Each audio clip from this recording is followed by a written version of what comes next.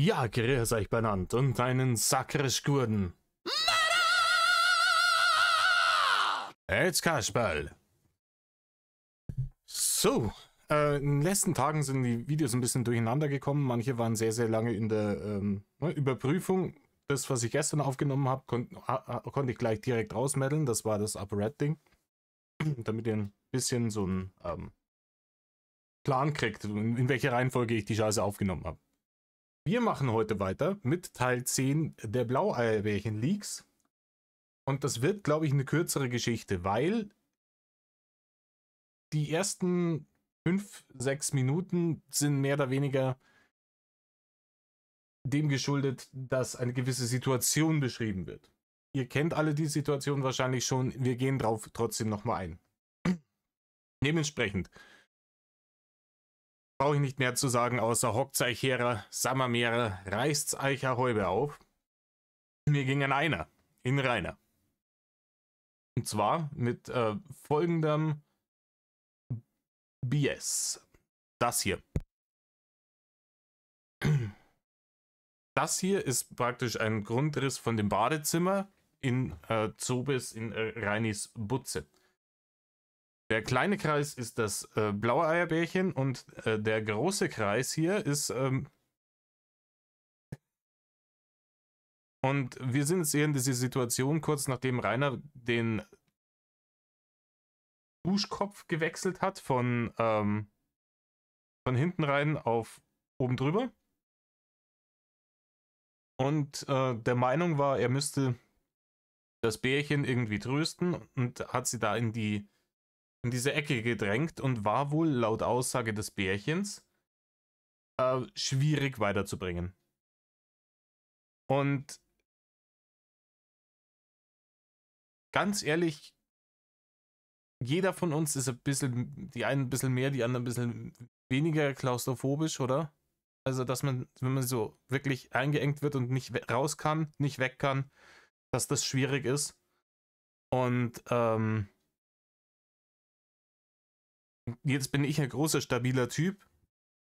Ich will es mir nicht vorstellen, wie es ist für eine kleine Person, eine Frau auch noch, in der Ecke eingedrängt zu werden von diesem Koloss. Ne? Also der muss ja nicht mal wirklich, wir haben es gesehen, wenn er irgendwann einmal einen Hater überwältigt hat, hat er das nie mit Kraft, sondern immer nur mit Masse gemacht. Und die kann ja nirgends hin. Die kann den auch nicht auf die Seite schieben, der braucht einfach nur stehen bleiben. Dann kriegt die den dann nimmer weg und kommt nimmer da raus. Dass man da ein bisschen Panik kriegt, holla die Waldfee. Das glaube ich aber gern. Und ganz ehrlich, in der Situation hätte ich es ihr auch nicht übel genommen, wenn sie ihm einfach eine betoniert hätte. Einfach geradeaus, also weil das geht gar nicht. Ne? Die haben vorher geschrieben, ihr Sexschreibende etc. bla bla, sie hat so getan, als wäre sie seine Freundin, bla bla bla bla bla. Dass man in so einer Situation, wenn eine Frau, die behauptet, deine Freundin zu sein, dann zu dir kommt, dass man einen Annäherungsversuch startet, aber das war ja wahrscheinlich auch nicht der erste Annäherungsversuch. Schön und gut. In dem Moment, in dem die Person dann aber sagt, du, ich möchte das nicht, ist aus mit Annäherungsversuchen. Und das ist was Rainer nicht versteht. In dem Moment, wo es heißt, hey, nein, ich habe keinen Bock auf hier Snoo oder dergleichen oder rumbauen oder fummeln oder was weiß ich, dann hat man die Annäherungsversuche einzustellen. Und dann zu warten, bis, also man hat ja dann praktisch seine eigene Intention kundgetan und dann hat man zu warten, bis die andere Person auf einen selbst zukommt, bevor weitere Dinge passieren. Und das ist das, was Rainer niemals verstehen wird. Und das ist auch, glaube ich, viel zum einen natürlich seinem pH-Konsum geschuldet, aber auch, und da muss ich jetzt wirklich mal wieder kritisch sein gegenüber Animes, in einigen Animes, die ich gesehen habe, kommt das so vor. Das ist ein relativ, also meiner Erfahrung nach relativ häufig auftretendes Ding in Animes, dass Dudes, die auch oft mal irgendwie die Protagonisten des Animes sind, Annäherungsversuche starten, eine Ablehnung nicht akzeptieren und das dann aber immer funktioniert, ist alles immer cool. Ne? Und das ist halt im richtigen Leben nicht cool, Rainer. Es ist nicht cool. Und bis das mal nicht in deinen Klöterkopf reingeht, ich check es nicht. Ich checke es nicht. Auf jeden Fall gibt es dann wohl noch ein Video von Anfang, ja genau, vom nächsten Morgen, in dem sie praktisch Rainer kurz angesprochen hat auf irgendwas. Aber bitte auch mal auf seine Also Haltung ob alles in Ordnung ist. am Schluss dieses kurzen Videos. Ja, das ist die Tür, die kennen wir. Ist alles okay bei dir?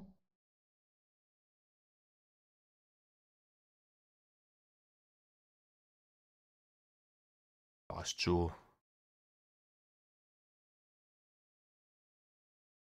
Und wir sehen hier jemanden. Also diese erstmal generell, er sitzt da hinten, ganz ehrlich, wie wenn jemand einen großen Sack voll Schmalz in die Ecke geschmissen hätte und schaut Dom. Er weiß nicht, ob er sauer oder verletzt schauen soll, weil er nicht weiß, ob nicht doch noch irgendwie, keine Ahnung, wenn er jetzt ganz auf verletztes kleines Rehlein macht, ob dann nicht doch noch Mitleidsnusnu gibt. Und dann setzt er sich dahin mit der Hand so und stützt sich da so rein, so wie ein kleines, schmollendes Kind. Ich hab meinen Snusnu nicht gekriegt und jetzt bin ich böse auf dich. Alter, es ist nicht zu fassen. Es ist nicht, kann der bitte in eine Einrichtung gepackt werden? In irgendeine Einrichtung. Es ist nicht zu fassen. Der Mann hat versucht, der Mann hat das Bärchen bedrängt und zwar so sehr, dass sie gesagt hat, hier dem Alkoholiker-Nazi unten, der ist eine bessere Gesellschaft für mich, da fühle ich mich sicherer und ist dann da runtergegangen. Und dann macht er am nächsten Tag einen auf beleidigte Leberwurst. Ich glaube, mir fällt ein Ei aus der Hose. Geht weiter. Oi, da streckt er sich.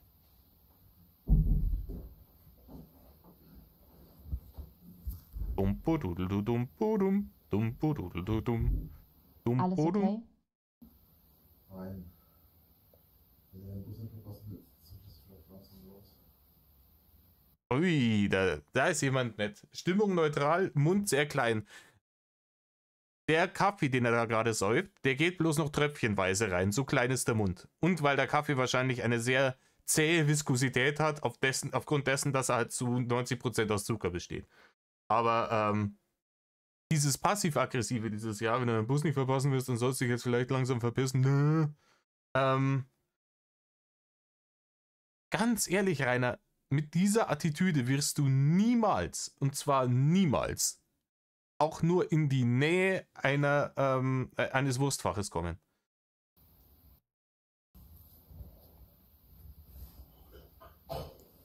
Ich gehe gleich.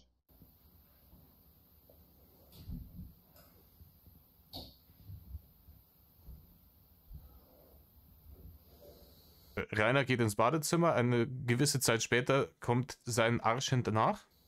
Ja, und wer erkennt. Hier ist aber der Wikipedia-Eintrag zu den Kavalierschmerzen, die wir da massiv gehabt haben. Ja, dass das Bärchen endlich geht, damit er seine Kavalierschmerzen abarbeiten kann. Das wird es gewesen sein. Okay, wir gehen in die nächsten Leaks. Das wird, wie gesagt, ich glaube, das wird heute ein kurzes Video. Wir sind erst bei 10 Minuten. Und wir sind hier schon bei 8 Minuten 33. Sonntag in der Früh, Kasper. Let's go. Das ist der Tag, an dem Klonter und Lenny aus Wacken in Zobes waren. Wir hören da mal rein. Klonter und Lenny aus Wacken. Lenny aus Wacken war jetzt auch mal eine sehr kurze Erscheinung im Game, oder? Aber ich muss sagen, die Aktion, wie sie da zu Reini gegangen sind, fand ich fand ich legendär. Wie auch immer, jedenfalls. Polizei habe ich jetzt schon Bescheid gegeben. Seid gegrüßt. Und ich warte jetzt mal, wie es weitergeht. Das ist eine gute Frage, das weiß ich selber nicht. Der hat einfach mal wieder Stress gemacht. Deswegen habe ich zu dir gesagt, Wochenende ist scheiße. Deswegen wollte ich, dass du am Donnerstag kommst. Dann habe ich gesagt, das ist scheiße und du sollst nicht unter der Woche kommen. Ja, was jetzt? Nicht unter der Woche oder doch unter der Woche? Rainer, du wolltest, dass sie am Donnerstag kommt, damit sie länger da ist. Ne? Sie kommt am Donnerstag, Wochenende darf man sie nicht sehen, dann müsste sie das ganze Wochenende dann bei dir eingesperrt sein und dann im Idealfall am Montag fahren. Das heißt, sie muss sich im Endeffekt 3 Tage Urlaub nehmen, dass sie ihre Lordschaft besuchen darf. Ja? Die Audienz wahrnehmen kann beim großen Lord in Zobis. Vollkommener Horstshit, Rainer. Und nur weil da zufällig jetzt dann gerade Lenny und Klonter da waren, nimmt er das jetzt als Begründung dafür. Na, jetzt rennt er nicht mehr darum, der hat jetzt einen Platzverweis. Aber es ist ja nicht der einzige Hurensohn.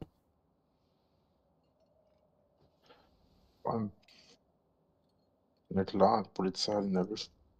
Aber ich weiß halt nicht, wie Uwe jetzt auf das Ganze reagiert. Es kann halt gut sein, dass Uwe dann halt sagt, pass auf, ne, diese Scheiße packe ich hin, dann mal verpiss dich. Ganz ehrlich, das wundert mich, das ist ja jetzt schon Monate her, gell? Also dass dieser Leak auch aufgenommen wurde. Nicht nur, dass er veröffentlicht wurde, sondern dass er aufgenommen wurde. Es wundert mich immer noch, dass Uwe die Scheiße mitmacht. Also es muss ja tatsächlich so sein, dass da Aussicht auf irgendwie Geld besteht. Weil ansonsten würde doch Uwe diese Scheiße nicht mehr mitmachen, oder? Dass sie sich denken, okay, keine Ahnung, das Amt zahlt so und so viel für so eine Wohnung und das Maximum drücken wir da raus. Und Uwe muss jetzt noch warten, bis der Bürgergeldantrag tatsächlich dann durch ist, damit dann die Kohle rückwirkend reinkommt. Und dann lässt er noch 1, 2 Monate da wohnen und dann so lange, bis er von der Kohle die ganzen Schäden behoben hat, die entstanden sind, seitdem er da ist. Und dann gibt's einen Stiefel in den Arsch, oder? Was ist zu diesem anderen Wichser gewesen? Hoffentlich hat er ordentliche Standpauke bekommen, der Wichser. Ich habe das nicht gesagt, weil ich die früher hier haben wollte, wobei das natürlich auch mit reingespielt hat. Na, auch. Gänzlich. Das war der einzige Grund, Rainer. Sind wir ehrlich? Wollen wir einmal im Leben, willst du es mal probieren? Rainer, das fühlt sich gar nicht so scheiße an, wenn man mal ehrlich ist. Probier's einmal aus, es ist wirklich, wirklich cool. Ja? Klar, manchmal fällt man damit auf die Fresse und man kriegt vielleicht nicht immer, was man will. Aber du kriegst sowieso nie, was du willst. Also es ist relativ scheißegal. Probier's mal mit Ehrlichkeit, Rainer. Sondern weil ich genau gewusst habe, dass am Freitag so eine Scheiße hier abgeht. Ich habe bei der Polizei angerufen, weil der Klonter ja der war, der in mein Lager letztes Jahr eingebrochen ist. Ich weiß nicht, ob das nachgewiesen ist, ob das Klonter war oder ob das irgendwelche anderen Kasper waren, die was mit Klonter zu tun hatten. Keine Ahnung. Und jetzt habe ich an die Polizei. Im Übrigen, was ich weiß, ist, so behindert die Aktion mit dem Einbruch im Lager tatsächlich war, ne? Genauso dämlich ist es, dann bei der Polizei darüber zu lügen, was da alles rausgeklaut wurde. Und da Sachen mit dazu zu erfinden, die dann später nachweislich da gar nicht drin waren. Nie da drin waren und sich immer noch in deinem Besitz befinden oder die du anderen Leuten geschenkt hast und es dann später bereut hast. Einfach nur, um da ein bisschen Kohle rauszujuckeln. Weil du gedacht hast, jetzt habt ihr richtig Scheiße am Arsch. Ihr verdammten Hater. Ne? Da bei der Wahrheit zu bleiben, wäre deutlich klüger. Wenn du tatsächlich einmal das Opfer bist, wenn tatsächlich jemand einmal Edzardler die Scheiße gebaut hat. Und dann zu denken, boah, jetzt haben sie tatsächlich mal Scheiße gebaut, das muss ich jetzt gar nicht erfinden, Ja, damit, mit der Situation komme ich nicht klar. Irgendwas muss erfunden werden. Dann erfinden wir einfach noch mehr obendrauf und machen es schlimmer, als es ist. Und machen uns selbst damit wieder unglaubwürdig. Herzlichen Glückwunsch, Rainer, you played yourself. Cyber gegeben, die sich um die Ermittlungen diesbezüglich kümmert.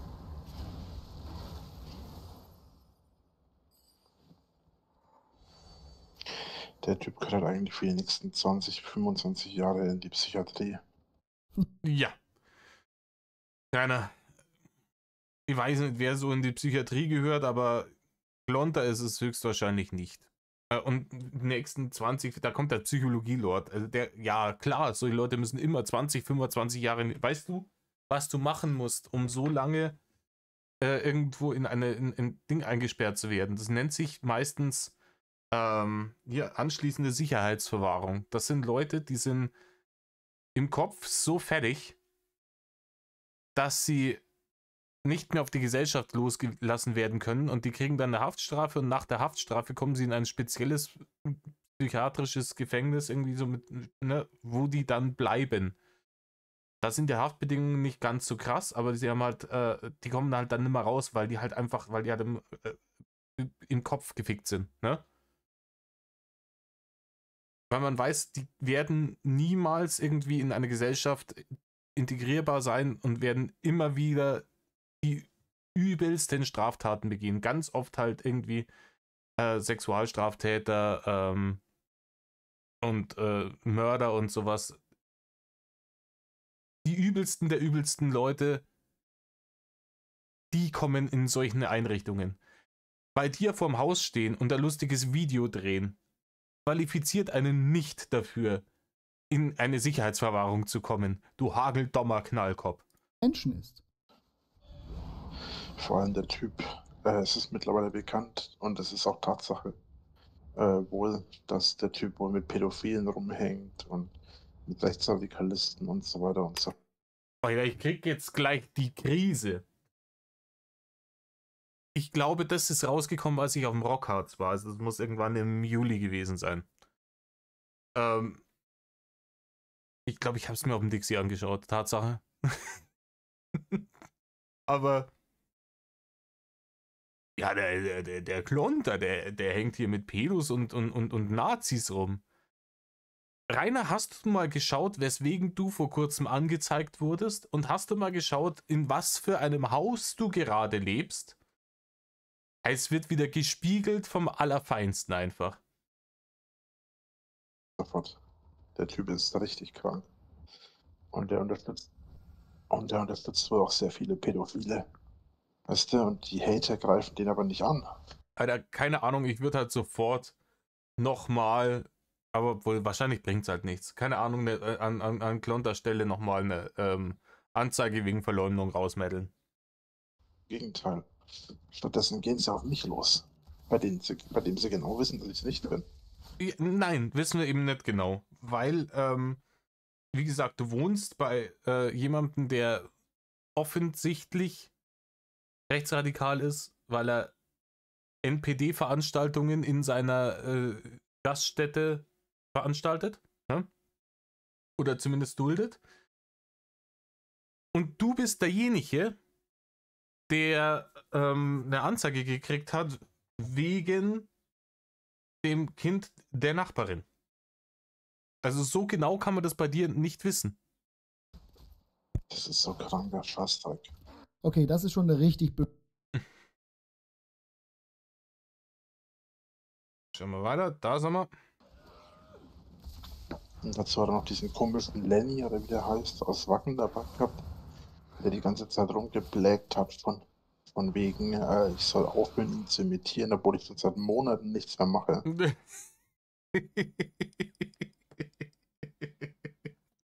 Das ist köstlich. Rainer soll aufhören, ihn zu imitieren. Ja. Nee, wie gesagt, das mit Lenny aus Wacken war eine kurze, unterhaltsame Geschichte. Ich finde den Typen immer noch sehr sympathisch. Ich glaube, der hat es auch richtig gemacht. So, der hätte es auch nicht mehr so viel länger stretchen können, diesen Joke. Und hat er aufgehört, solange es noch lustig war. Ne? Props an Lenny aus Wacken. Ach, herrlich. Wie er halt Okay.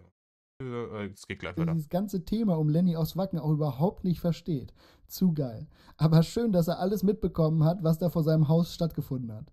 Und dabei dachte ich, wenn du offline bist, hast du ganz schnell deine Ruhe. Das habe ich von Anfang an gewusst, dass das nicht passieren wird. Das habe ich von Anfang an gewusst. Und von Anfang an gesagt, dass das nicht passieren wird. Ja, Reini, zu dem Zeitpunkt warst du ja auch noch nicht so lange offline. Wie schaut denn die Besuchslage an der neuen Schanze jetzt aktuell aus? Da ist doch sehr selten noch jemand, oder? Klar, ein paar Scheiben sind entglast worden, ein bisschen Farbe ist an der Wand, aber ganz ehrlich, bei der Geschichte dieses Hauses würde es mich auch nicht wundern, wenn nicht der eine oder andere Linksautonome mal vorbeigekommen ist und meine Scheibe entglast hat und ein bisschen Farbe an die Wand geballert. Ne? Im Moment posaunen sie wohl rum, dass ich nächste Woche wohl ein Entschuldigungsvideo hochladen werde und wieder da sein werde und so weiter. Keine Ahnung, wie die auf diesen Bullshit kommen. Ja, davon habe ich Ne, keine Ahnung, weiß ich nichts von, aber dass du nicht auf ewig wegbleibst, Reini, das ist vollkommen klar. Es ist vollkommen klar, allerspätestens, wenn der aus Zobes wieder rausgeworfen wird, ne? Wahrscheinlich aus dem ganzen Ort. Allerspätestens dann geht's wieder los. Ja, dann geht's wieder los. Ich brauche eine Unterkunft, etc. Ich kann meine Handyrechnung nicht zahlen, tippen, etc. etc. Die sollen endlich aufhören, überhaupt Videos zu machen.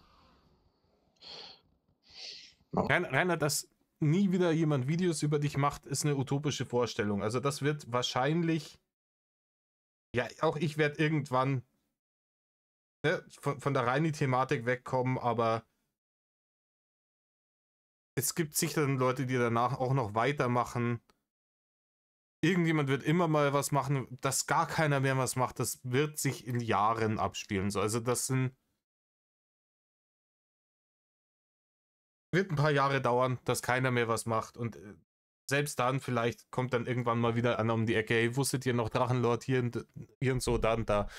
In 4, 5 Jahren solltest du tatsächlich wegbleiben, gibt sicher irgendeinen, der sagt, was wurde eigentlich aus? Und der wird dann irgendwo zu dem Friedhof gehen, auf dem sie dich verscharrt haben. Unabhängig davon. Diese Typen glauben halt auch nach 10 Jahren immer noch, dass die mich steuern. Dabei ist es genau andersrum. Die haben immer schon gedacht, dass die mich unter Kontrolle haben, dass die mich steuern können, dass die mein Verhalten steuern können. Reini, wir wissen jetzt irgendwie seit diesem Interview mit dem Frankengamer, dass die Leute dich sogar bis nach Rimini gesteuert haben. Also, ne? Und, ja. Aber genau das können sie nicht. Ach, rein. Da muss er auch lachen. Der liebe Ofi. Der Ofi-Text. Natürlich auf 100 Kilometer Entfernung, dass du weiterhin natürlich der Tanzbär bist. Du warst es immer und du wirst es auch immer bleiben. Hat dieser Die einzige Möglichkeit, wie Rainer nicht mehr der Tanzbär ist, ne, ist, indem der Tanzbär die Manege verlässt. Und zwar dauerhaft.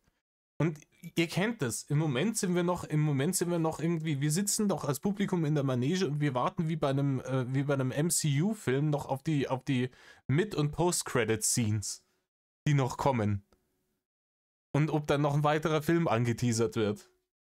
Aber wenn das einfach nicht mehr kommt, werden die Leute irgendwann aufstehen und nach Hause gehen. Aber wenn der Tanzbär dann immer wieder reinkommt in die Manege auf einem Ball, laufend und mit Fackeln jonglierend, dann freilich wird's weitergehen. Dann johlt und grölt die Meute wieder. Klonter irgendwelche Freunde, die hinter dem stehen? Hinter ihm steht keiner, aber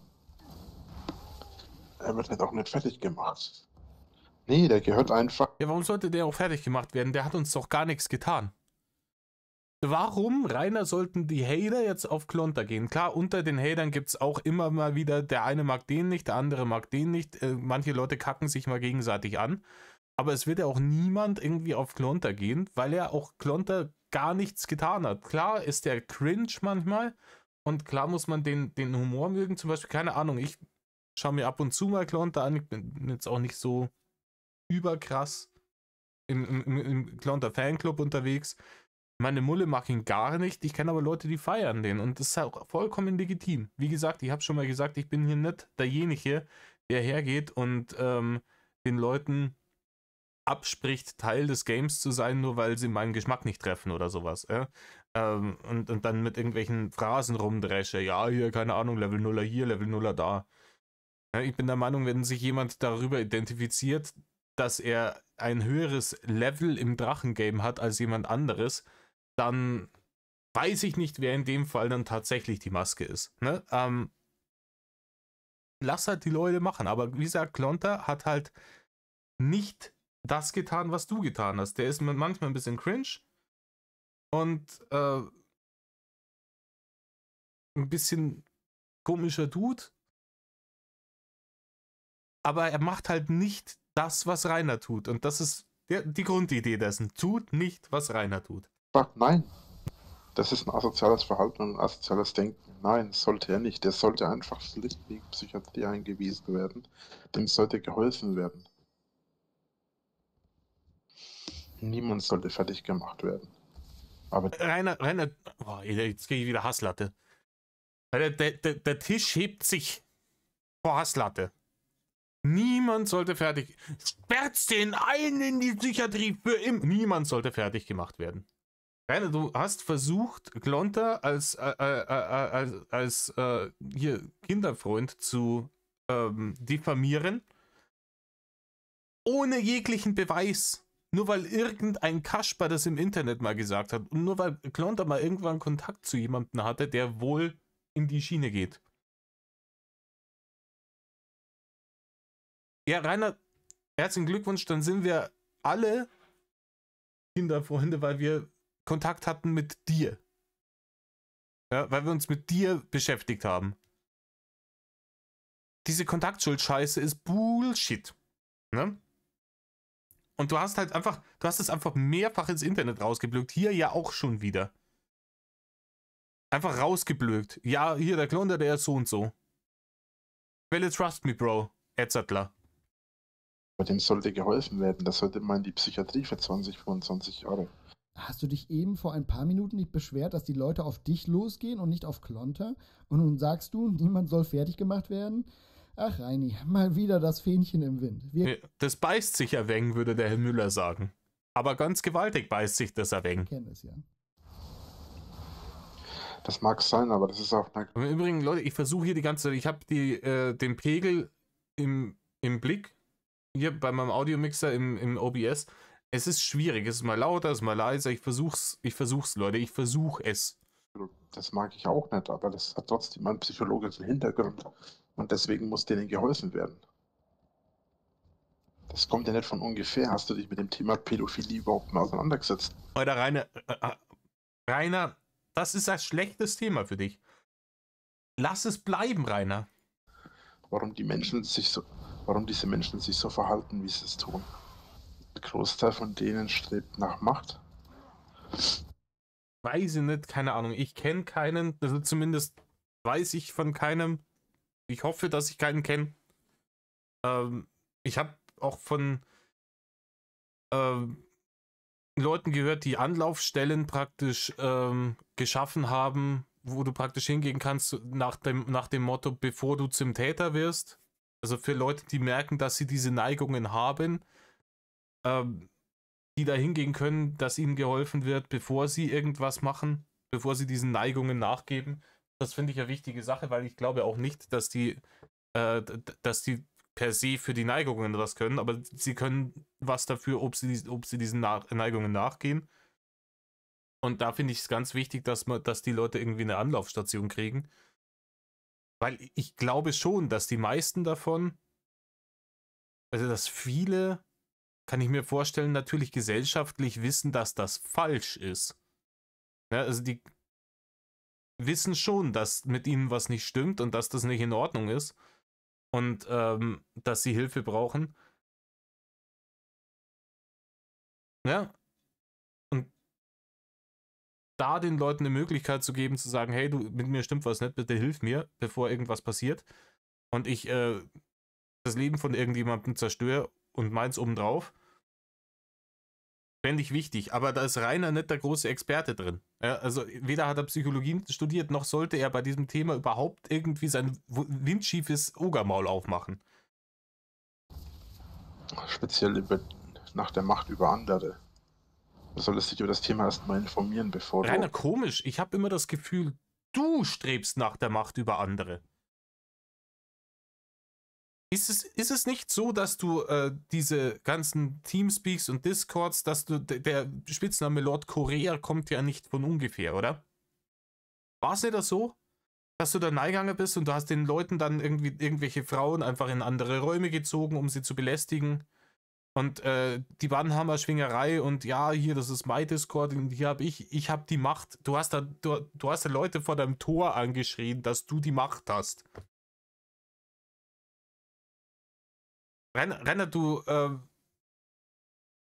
scheißt dir gerade schon wieder in die eigene Butze. Ja, das ist ein ganz, ganz deutliches Anzeichen dafür, dass jemand so ist, dass der nach Macht strebt. Wer labert denn die ganze Zeit davon, dass er die Macht hat? Und dass die Hater haben nicht die Macht, sondern du hast die Macht, etc. bla bla. Und wer führt sich denn auf wie der allergrößte Diktator? Egal auf seinen Social-Media-Kanälen und seinem Teamspeak und Discord und wo nicht überall alles. Das bist doch du. Ich habe von Glonter noch keine Aufnahme gesehen, wo er irgendwie Bannhammer schwingend in irgendeinem Stream eskaliert ist und den Leuten erzählt hat, dass er die Macht hat. Das habe ich aber bei dir schon häufiger gesehen. Spiegeln, Matsch, maybe? über irgendwas so leichtfertig urteilst. Natürlich sind die definitiv neben der Spur und sind total psycho. Aber deswegen, umso mehr gehören die in die Psychiatrie. Das ist genauso eine psychische Belastung und Krankheit und posttraumatische Störung wie viele andere Sachen. Das ist nicht viel anders wie deine. Eine posttraumatische Störung. Rainer, du weißt überhaupt nicht, was eine posttraumatische Störung ist. Ich bin jetzt in dem Game nicht drin. Ich habe weder Psychologie studiert, noch habe ich großartig Kontakt zu irgendwelchen Pedos, aber posttraumatisch weiß ich nicht. Wie sagt man, Posttraumatische Störung ist, wenn du ein Trauma hast und dadurch dann irgendwie Probleme hast. Also Leute, die im Krieg waren oder so. Es kann natürlich sein, dass jemand irgendwie selber in der Kindheit Scheiße erlebt hat und aufgrund dieser posttraumatischen Störung dann halt sowas entwickelt. Aber wie gesagt, da bin ich im Game nicht tief genug drin. Es interessiert mich auch gar nicht, ganz ehrlich. Ich finde es jetzt gerade wieder eigentlich eher belastend, dass ich durch diese Scheiße dazu gezwungen werde, mich damit überhaupt zu beschäftigen. Ne? Weil das eigentlich was ist, was in meiner Welt überhaupt gar kein... Ich will über sowas gar nicht nachdenken. wieder ein Borderline. Das ist nur ein anderer Name für eine andere Sache mit anderen Folgen und anderen. Es ist genau wie ein Borderline, nur alles ist anders. Es heißt anders, es wirkt sich anders aus, es ist alles anders. Aber es ist genau das gleiche, Digga. Und anderen Symptomen. Aber es ist nichts anderes. Aua. Ja, ich will wissen, was Rufi dazu sagt. Aua. Reini, ganz, ganz dünnes Eis. Also zuerst einmal, du hast dich viel mit dem Thema beschäftigt, wenn du dem Bärchen das vorwirfst, dass die sich erstmal einlesen soll und diese Leute nicht gleich verurteilen soll. Bitte? Dann, wie kommst du darauf, dieses Thema mit Klonter in Zusammenhang zu bringen? Ich bin ja tatsächlich der Meinung, dass er hier versucht, das beim Bärchen so darzustellen, um einfach von diesen Sachen, die ihm angelastet werden, abzulenken. Das ist wahrscheinlich richtig, ja. Ja. Dass du dann aber sagst, diese P... sind genauso Leute wie Borderliner. Puh.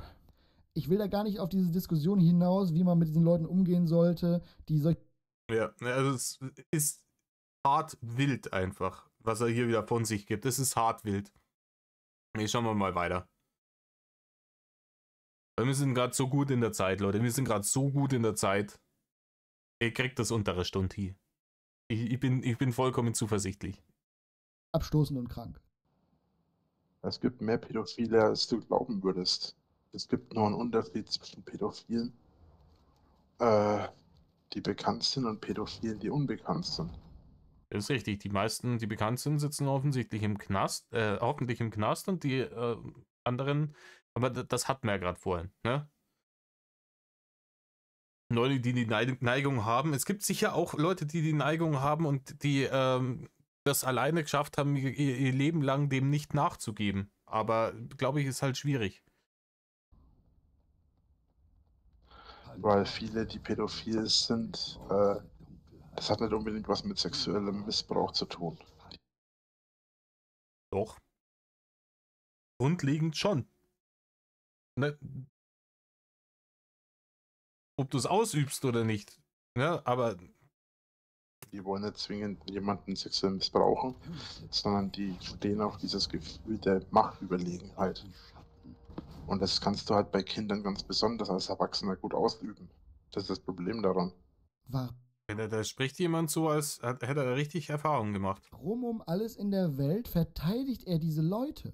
Und sagt sowas wie, ja, es gibt viel mehr, als man denkt. Junge, dir wird gerade sowas vorgeworfen und dann faselst du davon, dass viele ja im Verborgenen ihre Triebe ausleben? Bist du noch ganz frisch? Junge, Junge, Junge, Junge, das geht schon wieder in eine sowas von ekelhafte Richtung.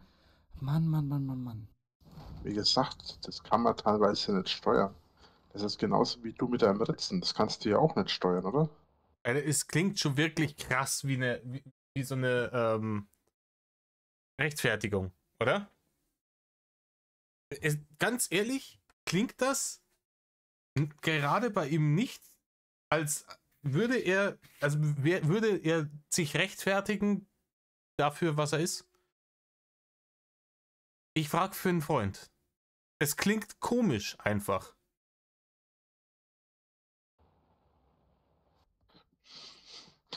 Die meisten Leute fangen bei bestimmten Sachen immer gleich an, jemanden zu hassen oder Hass auf die Person zu projizieren. Dabei ist das das Dümmste, was man machen kann. Hass auf die Person zu projizieren, Rainer, ist so ein Krampf. Niemand projiziert irgendeinen Hass. Leute, die sowas machen, werden gehasst, aber da wird nichts drauf projiziert. So, die werden gehasst, weil es verabscheuungswürdig ist, Rainer. Man sollte lieber nach den Ursachen suchen und dann versuchen, die Ursachen zu bekämpfen, anstatt die Tatsachen. Also beziehungsweise anstatt Alter, der daddelt doch schon wieder im Hintergrund. die Wirkung. Man bekämpft ja auch bei einem Virus nicht die Wirkung, sondern die Ursache. Harter Bullshit, Rainer. Harter Bullshit. Ursache. Richtig, Reini? Das liegt daran, dass ich mich mit solchen Themen halt auch auseinandersetze. Und dass ich nicht einfach blind alles abnicke, was andere sagen, sondern mich erstmal informiere. Mhm. Puh, Leute, mir schwillt hier gerade richtig der Kamm an. Nicht nur dir, Ovi. Nicht nur dir. Na komm. So ein abgehobenes Gelaber, das solche Leute versucht zu schützen, die solche Gedankengänge haben. Einfach unfassbar, der Typ. Mann, Mann, Mann, Mann, Mann. Danach haben die beiden sich noch über ein kommendes Treffen ausgetauscht, was ja dann so nicht mehr stattgefunden hat. Und wir hören da mal rein. Ja, Gott sei Dank, hoffentlich ist dieses Thema jetzt auch endlich vorbei. Das heißt, du kannst theoretisch gesehen bis Donnerstag oder bis Sonntag bleiben und dann Sonntag, spätestens Montag losen. Hört sich gut an. Na, dann haben wir ja fast eine Woche Zeit. Was tut dir leid? Das muss dir nicht leid tun. Vor allem, wenn man auch bedenkt, dass wir beide eine Zukunft haben wollen und zusammenziehen und alles. Da ist es definitiv sinnvoller und wichtiger, dass man das Geld irgendwie reinkriegt. Reini, hast du mitbekommen, was passiert ist, als die Frau das letzte Mal bei dir war? Und auf die Art und Weise auch. Ich muss ja auch schauen, dass jetzt meine Kohle langsam fließt. Ich habe nämlich auch langsam aber sicher knappe Kassen. Auch dieses Gefühls hin und her von ihm wieder. Man merkt ja auch in dieser Situation, er war vor keinen 2 Wochen vorher, was wir ja vorhin im Video schon gesehen haben, noch maximal sauer, weil er beim Treffen nicht ran durfte. Und nun plant er wieder das Leben mit ihr weiterzumachen und eine gemeinsame Zukunft zu führen. Nach einem Treffen, denkt da bitte dran. Und das Treffen ist ja bei weitem nicht so abgelaufen, wie er es wollte. Ja, der Reini. Ja, einmal getroffen. Das Treffen hätte desaströser nicht laufen können. Also, keine Ahnung, das Einzige, was es noch schlimmer gemacht hätte, ist, wenn sie in der Situation da im Bar tatsächlich eine betoniert hätte. Und dann gleich direkt abgereist wäre. Keine Ahnung, im Taxi in die nächstbeste größere Stadt und dann Entweder mit dem Zug oder ins nächstbeste Hotel oder sonst irgendwas. Ne? Ist schon wieder komplett vergessen. Es ist wie damals bei den Cola-Bärchen. Bei den Cola-Bärchen Leaks war es genau dieselbe Scheiße. Da hat man sich gefetzt, nee, wir lassen das jetzt alles, weil das alles nicht so gelaufen ist, wie er sich das vorgestellt hat. Ihr erinnert euch, Cola-Bärchen hat immer sehr auf einen Test bestanden bezüglich Geschlechtskrankheiten etc.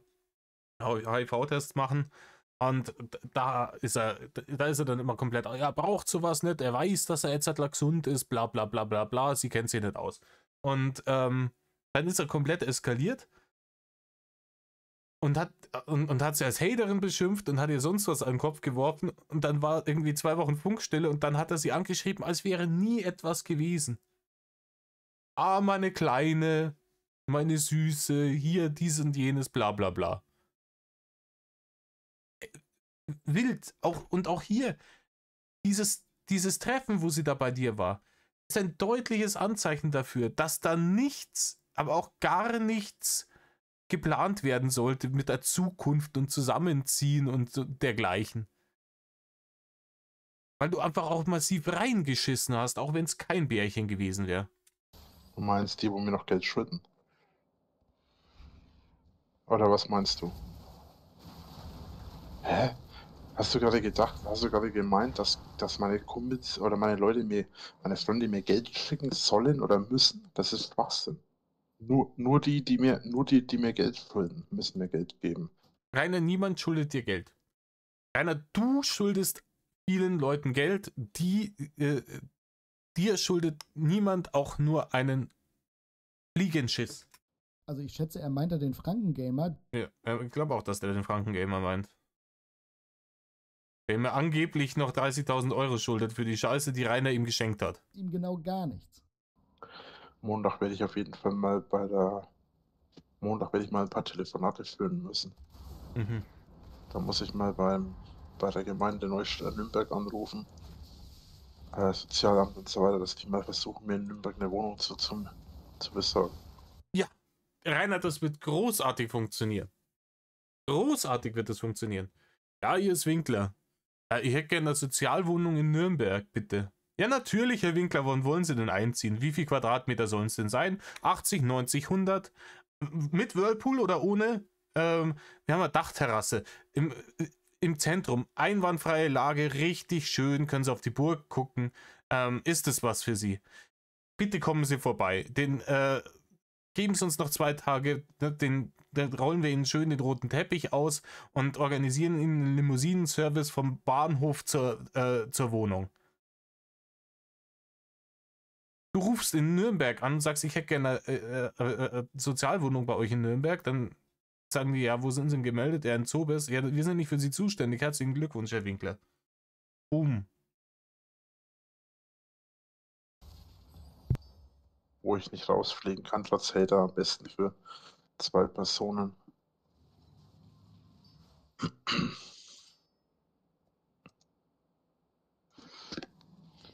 Das ist ja der Plan dahinter. Und da freut sich sicher jeder. Okay. Das war der Plan dahinter. Offensichtlich. Ja, also.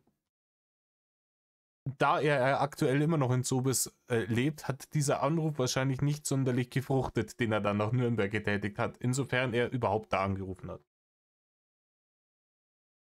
Leute, 3/4 Stunde. Ist heute mal ein kürzeres Vergnügen gewesen, aber ganz ehrlich, ich bin auch froh, dass wir das so schnell weil das, glaube ich, war wirklich eine der unangenehmsten Geschichten. Allein vom Thema her. Ne? In diesem Sinne. Leute, ich weiß nicht, wann das hier kommt. Aufnehmen tue ich es am Sonntag in der Früh. Ich lade es jetzt hoch, dann lasse ich es überprüfen und dann schauen wir weiter. Leute, ich wünsche euch eine schöne Woche, ein schönes Wochenende, je nachdem, wann ihr das hier seht. Und tut nicht, was Rainer tut. Und mehr Love.